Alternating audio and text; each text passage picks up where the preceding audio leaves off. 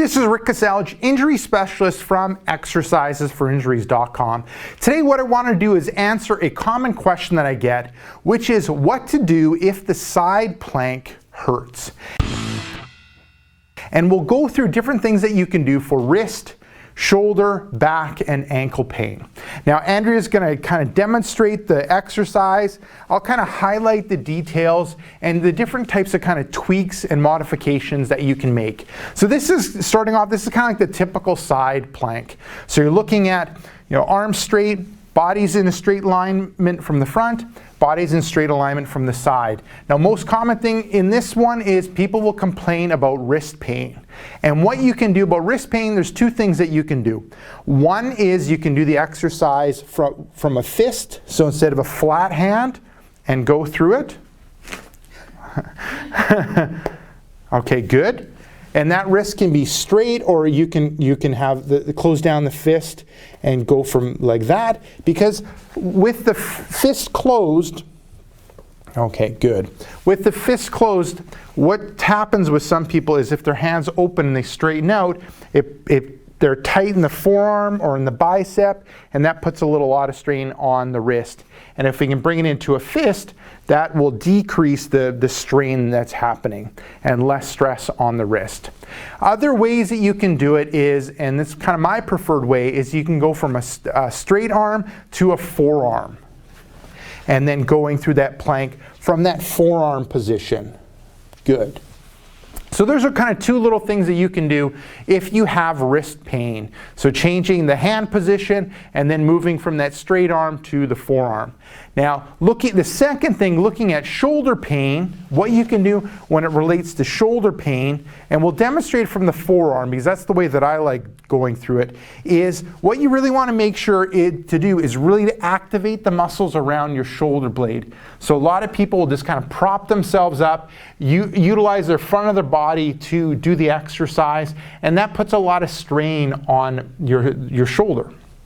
So we want to make sure that we really activate the muscles around the shoulder blade, and then I'll get you to relax. And then the second thing is you really want to bring that shoulder and kind of have it move into, tighten it up and move it more into the shoulder joint. So I almost say activate the muscles and almost like suck that shoulder into the shoulder joint more. So you want to really activate the muscles around the shoulder blade and then really bring the shoulder into that joint more. Okay, I'll get you to demonstrate that. So you can do it from knees, yeah. Okay, good. So really activating around here and really bringing that shoulder into the shoulder joint more. Perfect. So there you go. That's kind of like two things to remember if you have shoulder pain going through this exercise.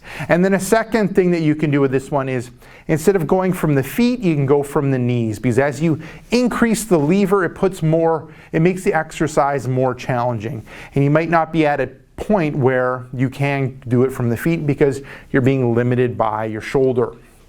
Okay, moving on to the third one. So this is like back pain. So this is kind of common. So if you have back pain or back stress when doing the exercise, instead of going from the feet, you can go from the knees.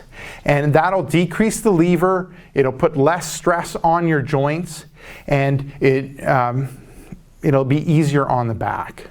Now, another thing that you want to do is you want to make sure that you have good alignment. So Andrea's going to go into the end position. So you want to have good alignment from above, and you want to have good alignment when it comes to the in front as well. So a nice straight line happening. Now, the third thing to remember is, you going to relax for a second? Okay.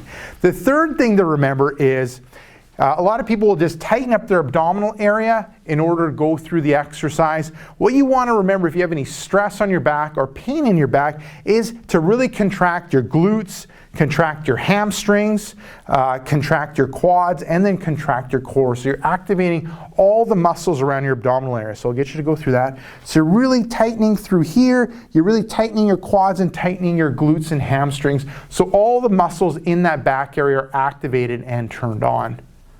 Perfect. And then lastly, looking at ankle pain. So some people say it puts too much stress on their ankles. So regularly people will do them stacked. If stacking is too much, what you can do is go from the knees, as we kind of mentioned, that's an option. And then another option is you can have one foot in front of the other. And that tends to be easier on the ankles to go through the exercise. Now, Andrea, we didn't go through this before we started shooting the video, but the one other thing people will complain to me about is neck pain. So going through this side plank, they will complain about going into that end position, is that neck, keeping that pain in the neck, holding this position. And what I would recommend for people to do is to work on strengthening their neck. And how you can do that is we can do this in sitting, or we can do this in standing. And what it would be is putting your head in good alignment and then bringing your hands up above and pushing into your hands. So what we're working on is isometric strength in the muscles around the neck in order to make it easier and less painful when you go through the side plank. So when it comes to isometrics, so I'm nice and tall, good alignment. I've got the hands. I'm going to push the hand into the neck. The muscles in the neck are resisting, and then I'm going to relax. So I'm going to go through one set, 5 repetitions, holding each for 5 seconds to help strengthen the muscles around the neck. Okay, so there you go. If you have any one of those pains, wrist, shoulder, back, ankle, or neck pain, when doing the side plank, give some of those tweaks a go to help relieve that pain. Now, if your number one pain is back pain, what I recommend you do is click right here. I have a brand new free report called 5 Tips and Tricks That Fight Back Pain and Tightness. Just click right here. Let me know where to send you that report, and I'll send you that report right away.